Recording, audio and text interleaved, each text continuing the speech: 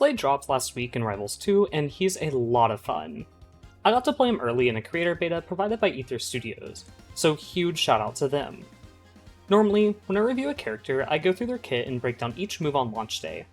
But unfortunately, my appendix decided to go rogue a few days before Slade dropped, so I was out of commission for a week or two. But since I've had more time to see Slade in competition, use him against friends in the public, and get a better grasp on his kit overall, I thought that we could sit down and talk today about how good Slade is, and the strengths of his kit, as well as where he might feel a little clunky or weaker compared to the rest of the cast. To get started, I want to go ahead and break down Slade's overall game plan and what makes the Shark interesting to make sure that we're all on the same page. Slade's main mechanic is his money resource. When he lands a move with a physical hit, opponents will drop money, with the amount depending on the strength of the move. This money needs to be picked up by Slade, and can be used to buy temporary items that Slade can then throw, or permanent upgrades to Slade's kit or movement.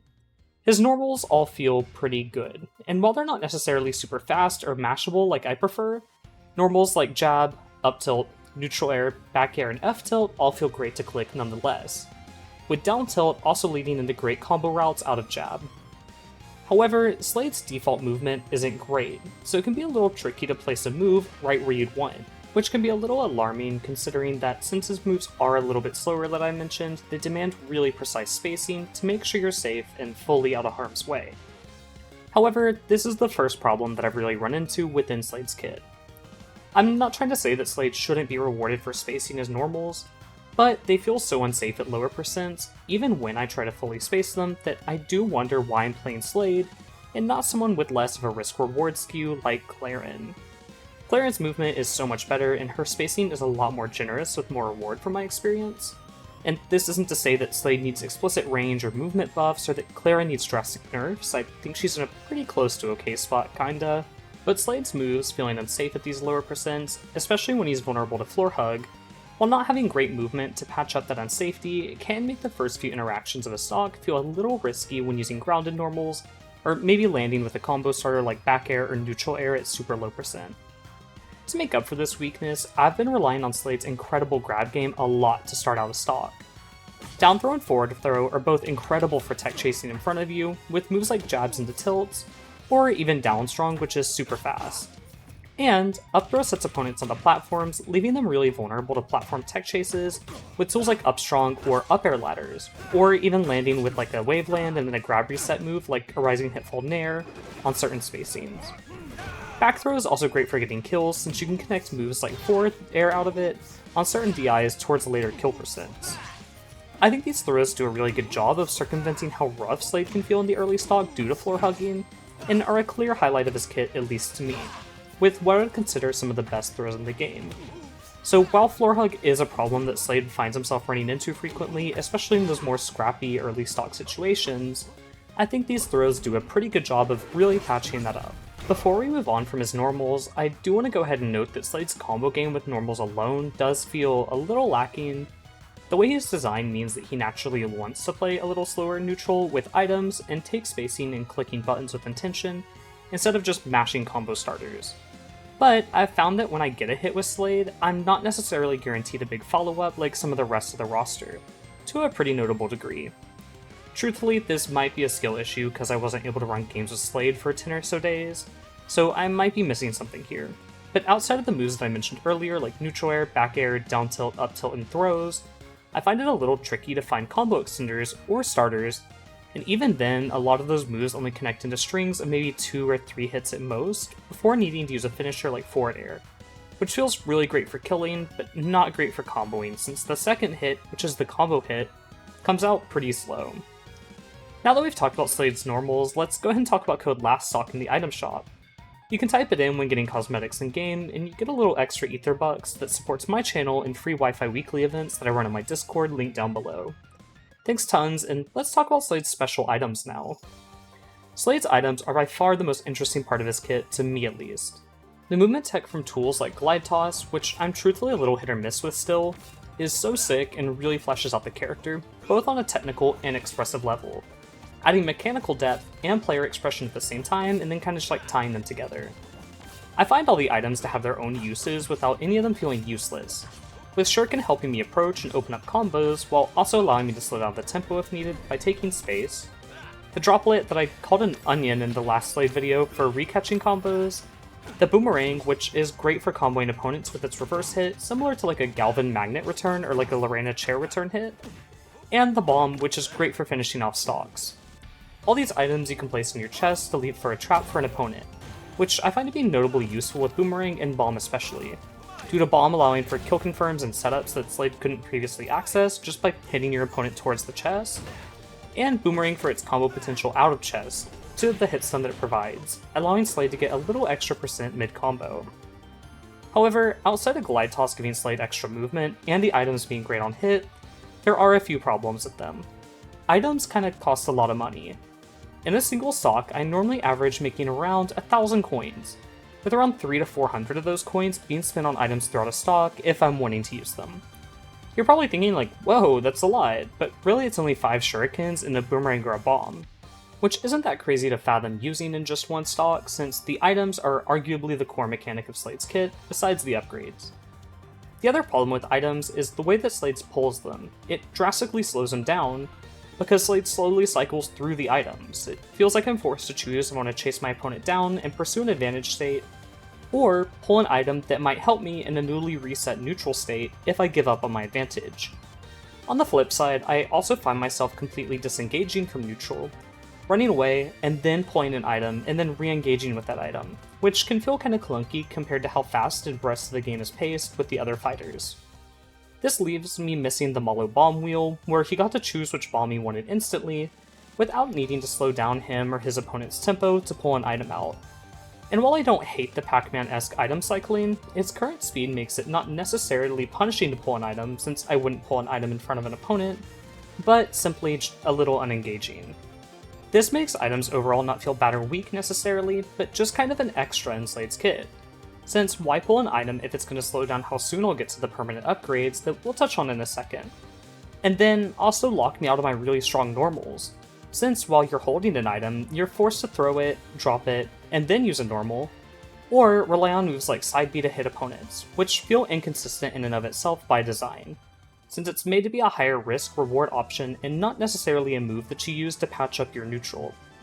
I'm personally okay with Slade's side B not really replacing his other normals, but when you don't have access to those normals due to holding an item, the side B doesn't really do a great job of replicating their strengths, leaving Slade vulnerable in scrapping situations if you're caught out with an item incorrectly.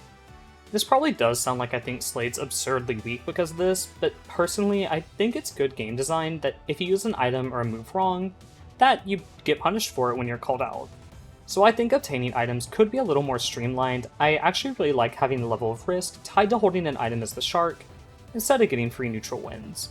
However, due to how slow and clunky it can be to pull especially the more expensive items, I find myself staying away from them, unless there is an explicit break in combat that gives me a chance to pull one. Even though, at least to me, they're by far the most fun and interesting part of Slade's kit. Next, let's talk about the permanent upgrades in Slade's chest, and why I find myself buying those a lot more than the items themselves. For starters, these are permanent upgrades, so obviously having a buff all game is more enticing than a temporary item that might not net you too much reward. However, their prices do match that. The 4 buffs are a down air buff that makes Slade's down air travel super fast, kinda like Toon Link in Smash Bros, and Spike.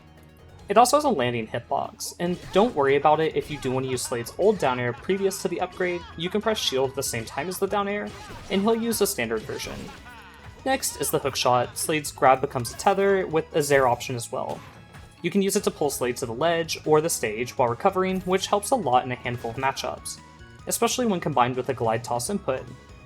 My favorite of the upgrades is the winged boots. These give Slade better air friction, helping out his wave dash, air movement, and an extra double jump, allowing for extended combos and kill confirms. His final upgrade is the Feather, which isn't actually permanent since it's used up whenever you do die, but the next time you'll hit the blast zone you'll bounce off it with a second shot at life. All these upgrades are strong, but they're not necessarily made equal, so let's break down which ones you should and shouldn't really invest in, and when it's appropriate to get them. I like to buy the down air upgrade if I'm having a really hard time killing, or if I'm really looking for spikes. But in a lot of matchups, and even into a lot of players, I don't find this item to be a must-buy at all compared to something stronger. To be honest, a lot of the games that I do draft the down air gym is games where I have a little extra money maybe on my last stock, but not enough to invest in something that's a little more pricey, so I might as well get it. The grapple is actually really good, I like this upgrade a lot, but it being so pricey does make me avoid it in some matches. However, into scrappier characters, having a huge Zair and grab to land with is really nice to keep them out, and into characters that threaten your recovery, it's not a bad pick if you're not able to afford the boots on a second stock. However, if you can afford boots, these are the premier item to shoot for. Slade's movement completely unlocks itself and becomes so much smoother, free-flowing and more reactive with the winged boots. Obviously, since Slade is an upgrade character, the critique of base Slade feeling slow and clunky makes sense. But these boots throw all that out the window, or off the boat I guess. That's a little nautical humor for you. Press number 1 in the comments if you're a pirate. These boots I aim to get for every game, and I try to reach them in my second stock if possible. Unfortunately, there are games that I find myself spending extra money on items due to how my opponent plays, or me filling my oats with some item combos, and I can't reach the boots until the third stock. But even then, their impact is super noticeable. Finally, the feather is Slade's most expensive item. I only get this if I'm feeling really scared in like a last stock last hit scenario, and want a little extra confidence to take big swings. It's not really like a bad item, but its price kinda walls me out from it in most games. Overall, I think that Slade's upgrades are really creative and add a lot to his kit.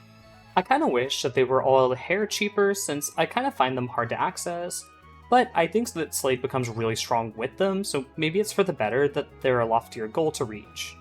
I don't think there's any explicit downside to these upgrades, like there are to using items and not being able to use normals because of that, and they're what makes the shark feel so fun and unique, so I'm a big fan of this mechanic overall. There's a few parts of Slade's kit that I haven't touched on, so let's rapid fire through those before we wrap up today. Slade's Get Up and Ledge specials are both interesting and have some really cool and niche uses. However, the Get Up special will whiff the final hit on occasion, making the move a little unsafe on hit, and the Ledge special being so slow means that it's only really good for the Spike Box. But the Spike Box being so dangerous to a lot of the roster makes that trade-off okay in my mind. And I'd imagine the Get Up special final hit whiffing isn't super intentional and will probably get bug fixed down the line. Speaking of moves that I'm not too sure if they're working as intentional, Slade's Up B feels a little whack, both grounded and in the air. When using the move in the air, opponents can potentially fall out of it, and the finishing blow is pretty weak. I'm personally okay with opponents being able to SDI out of higher risk, higher reward multi-hits if the right hitboxes are landed on them. But that's not really what's happening here. The move isn't high reward, and opponents can fall out of any part of the move. So I'd like to see just a little more consistency on the multi-hits, just for the move to feel a little smoother. But not necessarily a damage or overall power buff, since I think the move being weaker and Slade needing to rely on other options to kill is 100% okay. The grounded version of Up B is a little more alarming to me due to how strong it is when trading at late percents or with recovering opponents. The initial hit of Up B is super strong for how fast it is, with high knockback allowing you to use it out of shield on bad shield pressure, or to intentionally trade with a scrapping opponent, trying to start a kill confirm with a weaker move, knowing that you'll take the weaker move okay, and your opponent will get launched super far off stage or even into a blast zone if they get hit by the Up B. However, the move also has a late hit that knocks opponents down and away with set knockback. This is simply incredible for gimping opponents that might be scared to snap to ledge, and since Up B can ledge slip, allowing Slade to ledge hog, it's pretty easy to mix up an opponent with a non-ledge slip version, since the visuals of a ledge slip and non-ledge slip Up B are similar intentionally, allowing you to easily gimp opponents at really any percent. I truthfully don't know if this is intended. It seems really weird to have a forced 50-50 where you either force an opponent to recover high and then get gimped, or aim for ledge and then get ledge hogged. But at the same time, opponents can also stall off stage and mix up recoveries. So while it seems like strong here like on paper, I imagine higher level players won't really run into this mix-up problem quite as often. But at the same time, I imagine this will be notably challenging, especially for lower level players to overcome, since this is by far one of the strongest mix-ups in Slade's kit, and one of the easiest to perform. Overall, I think I've been really critical of Slade today, but truthfully, he's super fun. The highlights of his kit are his incredible grab game with top-tier throws and tech chasing, strong normals when spaced correctly, especially when you're outside of the floor hug range, great kill confirms with like tilts into forward air, or items into fun stuff, and his uncapped player expression with upgrades and item combo potential as well as his incredibly strong ledge guarding and hogging 50/50 that I just mentioned. However, his low points are super clear in his slower, unupgraded movement, weaker normals when scrapping at lower percents, especially when you're unable to space around a faster opponent, and his item pulling itself, since while the items aren't bad, summoning them greatly slows down the game, or at least Slade's pacing. I think with a few changes to potentially how fast Slade's able to pull items, and potentially speeding up the Pac-Man-esque rotation, or just giving him a menu like Malo, would easily fix this and smooth out his kit, at least for me, and make Slade a staple in the Rivals 2 meta. However, until then, I personally find Slade to feel a little inconsistent in his power level overall. While not necessarily feeling weak, but not feeling like there's a clear highlight in his kit. At least not until he gets one of his upgrades, and even then his power level doesn't feel notably better than the current top tiers, making me sometimes wonder why I'm not just picking one of those for a smoother overall experience. Let me know what kind of highs and lows you found with Slade, and I hope you're all enjoying him as much as I have, and I can't wait to see you guys on the ranks ladder, or in one of my free weekly events. Until then though, thanks so much for watching and have a good one.